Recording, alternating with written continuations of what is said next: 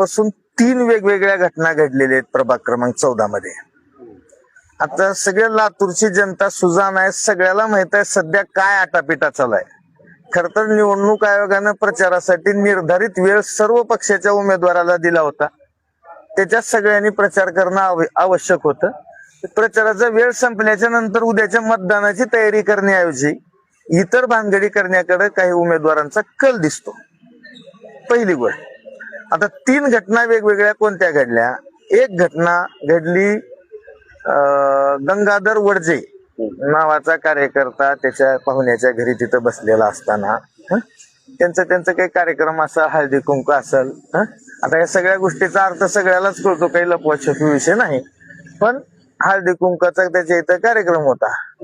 भाजपच्या उमेदवारांनी आणि त्यांच्या साथीदारांनी तिथं जाऊन त्यांना घरातून काढून मारहाण केली.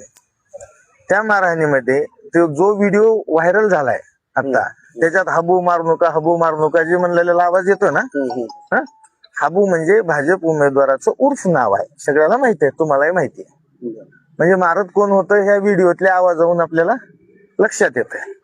वाचवा म्हणून ते चालू होतं. एक त्याच घटनेत कदाचित त्याही बाजूच्या एखाद्याला मारता लागला असेल किंवा कुणी मारलं असेल, काय आता आपल्याला मी नव्हतो. ओके. आणि तिथं आमचे उमेदवारही नव्हते गणेश देशमुख. त्यांचं पाहिजे तर मी आता PI साहेबांना विनंती केली किंवा आमच्या उमेदवाराचं लोकेशन त्यावेळेचं तुम्ही काढून बघा. आता या आधुनिकीकरणामुळे इंटरनेटमुळे कोणत्या गोष्टी लपत नाहीत.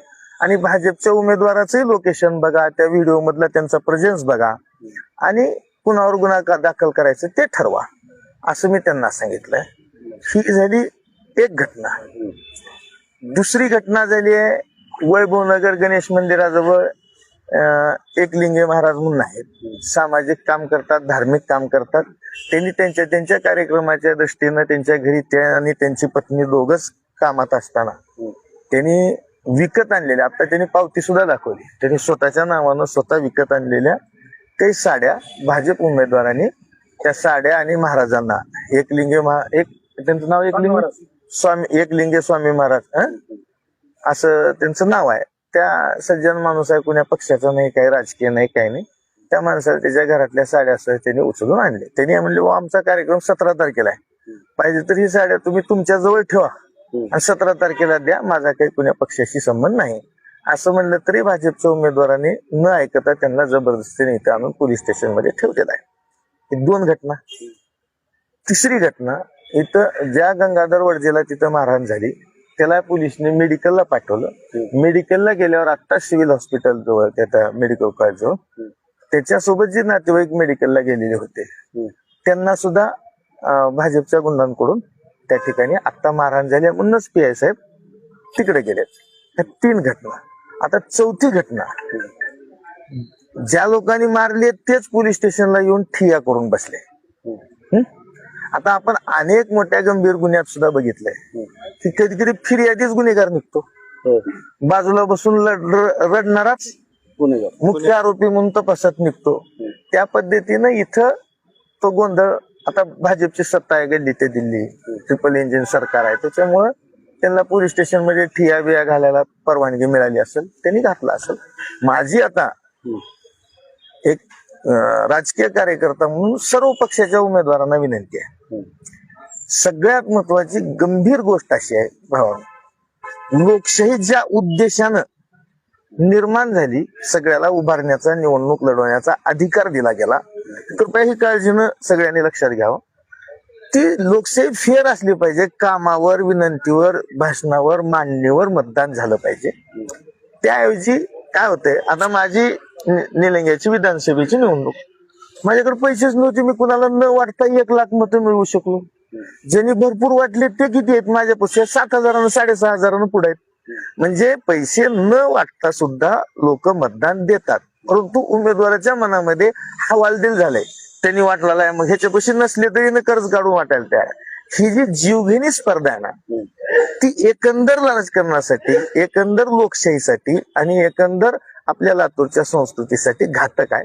स्वतःच्या कामावर विश्वास ठेवा, कुणाला काही द्यायची गरज नाही. मतदार सुजाण आहे, हात जोडून विनंती करा, तुमचं मत जी निवडणूक आयोगाने दिलेली 8-10 दिवस आहे त्याच्यात पटवून सांगा आणि मते घ्या. बाकी असे फाटे फोडून आता हे करून काय होते, असे भांडणं करून काय होते, ह्याचा दुष्परिणाम कोणावर होणार आहे कोणाला ठाऊक. पण आता आमचं पोलिसला एकच मागणी आहे की तुम्ही लोकेशन ट्रेस केल्याशिवाय, तपास केल्याशिवाय, कुणी ठिया केलं म्हणून, कुणी सत्ताधारी पक्षाचा आहे, कुणी विरोधी पक्षाचा आहे म्हणून प्रेशर खाली येऊन गुन्हा दाखल करायचा नाही. एक. 2, आणि तक्रार ज्याची आहे असू द्या, त्यांची खरी खोटी पुन्हा तपास करा. त्यांनी खोटी जरी देत असली तरी त्यांची घ्या, आमची खरी जरी असली तरी आमची घ्या. त्याच्यावर तपास निष्पक्ष करा आणि कोण आरोपी आहेत त्यांना शिक्षा करा. भाजपाचे उमेदवार रविशंकर जाधव यांनी जोपर्यंत काँग्रेसचे उमेदवार गणेश देशमुख यांना अटक केली जात नाही तोपर्यंत मी इथं उठणार नाही, आणि जर नाही अटक केली तर मी इथं फाशी घेईन, असं अल्टिमेटम पोलीस स्टेशनला दिलेलं आहे. काय सांगाल यावर? आता ही अल्टिमेटम त्यांनी सगळ्या समक्ष दिला का तुमच्या? हो हो त्याचा व्हिडिओ आहे का? हो आहे. तो अल्टिमेटम देणं सुद्धा एक स्वतंत्र गुन्हा आहे. मी आवाहन करतो इथल्या PI ना की तुम्ही कायद्याची आदर ठेवून त्यांनी तसं अल्टिमेटम देणं, धमकी देणं, काय दबावात घेणं प्रशासनाला, हा एक स्वतंत्र गुन्हा आहे. त्याच्याबद्दल पोलिसाच्या वतीनं वेगळा गुन्हा त्यांच्यावर दाखल करावा. तसं धमकी नाही. आता आम्हाला येत नाही का फाशी शब्द आम्हाला उच्चारता येत नाही का, असं इथं बसायला येत नाही आम्हाला. पण आम्ही काँग्रेस एक वेगळ्या लाईननं चालणारा पक्ष आहे, एक वस्तुस्थितीला धरून चालणारा पक्ष आहे. त्याच्यामुळे आम्ही आकांतांडव, अकरास्थळेपणा काही करत नाही, करणार नाही. कृपया इतरांनीही करू नये अशी आमची विनंती आहे. आरोप, कारण निवडणूक उद्या संपणारी आहे, लक्षात घ्या. तर ते तुम्हालाही दिसली, मलाही दिसली, लातूरला दिसली. आरोप त्या तुमची सत्ता आहे, तुमची काय हरकत आहे, तक्रार द्या ना. असं बसणं सगळ्याच तक्रारदारांनी आता उद्यापासून जर ठरवलं बुवा लोकप्रतिनिधीचा आदर्श गुन्हा, असंच आलं की ठिया द्यायचा, आलं की ठिया द्यायचं, मग पोलिसांनी काय करायचं? काँग्रेस उमेदवारावर गुन्हा नोंद करून त्यांना अटक करा, तेव्हा तिथून जातो. आमदार साहेबांना सुद्धा त्यांनी इथं बोलू.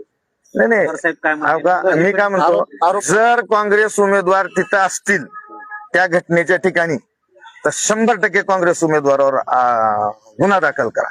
पण भाजपचे उमेदवार तिथं होते, मोबाईल लोकेशनवरून तुम्हाला लक्षात येतं, व्हिडिओ दिसत आहेत. ते व्हिडिओत कुठेही काँग्रेसचे उमेदवार, अशा घटनेमुळे काँग्रेस काय किंवा नाही व्हिडिओत कुठेही काँग्रेसचे उमेदवार दिसत नाहीत, भाजपचे उमेदवार दिसत आहेत. ज्याला मार बसतोय किंवा ज्याला मारलं जातंय तो मारू नका म्हणून त्यांचं नाव हाबू म्हणून घेऊन तो ओरडतोय. त्याच्यावरून कोण कोणाला मारते त्या व्हिडिओतच स्पष्ट होते. त्याच्यामुळे चुकीचा गुन्हा कुणावर दाखल करू नका. आमचं ऐका, लोकेशन न बघता, खात्री न करता पोलिसांनी सत्तेच्या दबावपोटी विनाकारण गुन्हा दाखल केला तर तो आम्हाला मान्य होणार नाही. आमच्या उमेदवाराचं काही चुकलं असेल, तो तिथं उपस्थित असेल, त्याने कुणाला मारहाण केली असेल, 100% त्याच्यावर गुन्हा दाखल करा. पण मी खात्रीपूर्वक सांगतोय की पोलिसांनी लोकेशन जर चेक केलं तर तुम्हाला लक्षात येईल की तिथं काँग्रेसचे उमेदवार तिथून 100 मीटर अंतरात सुद्धा नव्हते. उलट भाजपचे उमेदवार व्हिडिओत दिसत आहेत. आमदार सुद्धा म्हणले की 9 वाजेपर्यंत उमेदवाराला अटक झाली पाहिजे किंवा केली पाहिजे. नाहीतर मी उद्या स्वतः आमदार साहेबांना पूर्ण माहिती नसेल. आता त्यांच्या कार्यकर्त्यांनी जसा आरोप केला त्याच्या आधारे बोलले असतील. पण त्यांनी हेही म्हणले, मी पण ऐकलो की त्याची प्रोसिजर असते, त्याचा तपास असतो आणि प्रोसिजर नंतरच होईल.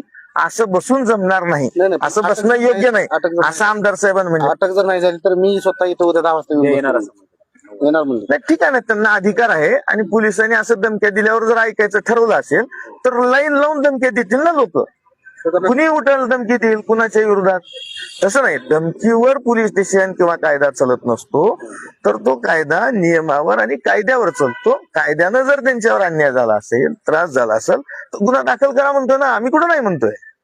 माझी भूमिका पहिल्या वाक्यापासून काय, जर आमचे उमेदवार तिथं उपस्थित असतील, त्यांचं लोकेशन असेल, ते व्हिडिओत असतील तर दाखल करा. पण व्हिडिओत तर भाजपचे उमेदवार दिसतात, मग कुणावर दाखल झाला पाहिजे हे पोलिसांनी ठरवावं. चुकीचं केल्यावर काँग्रेस गप बसणार नाही. बरं, आमचे आमदार आहेत, आदरणीय अमितभाई देशमुख आहेत, इथंच आहेत बाबळगावला, ते पण येऊ शकतील असं नाही. आणि त्या आलेल्या आमदार महोदयांनी सुद्धा त्यांच्या भूमिकेचं सुद्धा मी स्वागत करतो. त्यांनी लगेच गुन्हा दाखल करा असं म्हणले का? नाही, त्यांनी म्हणले त्याची प्रक्रिया असते आणि ती प्रक्रिया, आणि खरंच आहे, कुणी जो कायद्याचं ज्ञान आहे प्राथमिक तो व्यक्ती असंच म्हणेल. त्या सगळ्या गोष्टीची प्रक्रिया पूर्ण करून गुन्हा चूक असेल त्याच्यावर दाखल करायला आमची हरकत नाही, दोघाची असेल तर दोघावर करायला क्रॉस सुद्धा आमची हरकत नाही, पण आम्हाला खात्रीपूर्वक माहित आहे की आमचे उमेदवार हे तिथं नव्हते. दबाव तंत्र वापरून जर गुन्हे दाखल झाले तर पुढची भूमिका काय असते? नाही, आता लातूर भूमिका गेलो. लातूरची जनता सुजाण आहे, लक्षात घ्या. सगळं लातूरच्या लोकांना माहित आहे. लातूरची जनता योग्य भूमिका घेईल. फक्त मी अजून एकदा सांगतोय, तुम्ही खात्री करा, व्हिडिओ बघा, तिथे व्हिडिओ मध्ये आमचा उमेदवार दिसतोय का. आपल्या कार्यकर्त्याला जी मारहाण केली भाजपचे उमेदवार रविशंकर जाधव यांनी केली असा आपला आरोप आहे ना. हो, त्या व्हिडिओत दिसते ना तसं. आणि तो कार्यकर्ता तक्रार देईल त्याच्याप्रमाणे गुन्हा दाखल होईल. आणि ज्याची तक्रार जशी येईल त्याप्रमाणे गुन्हा दाखल होईल ना. आणि पोलीस खात्री करतील खरं कुणाचं आहे खोटं कुणाचं आहे. थँक्यू.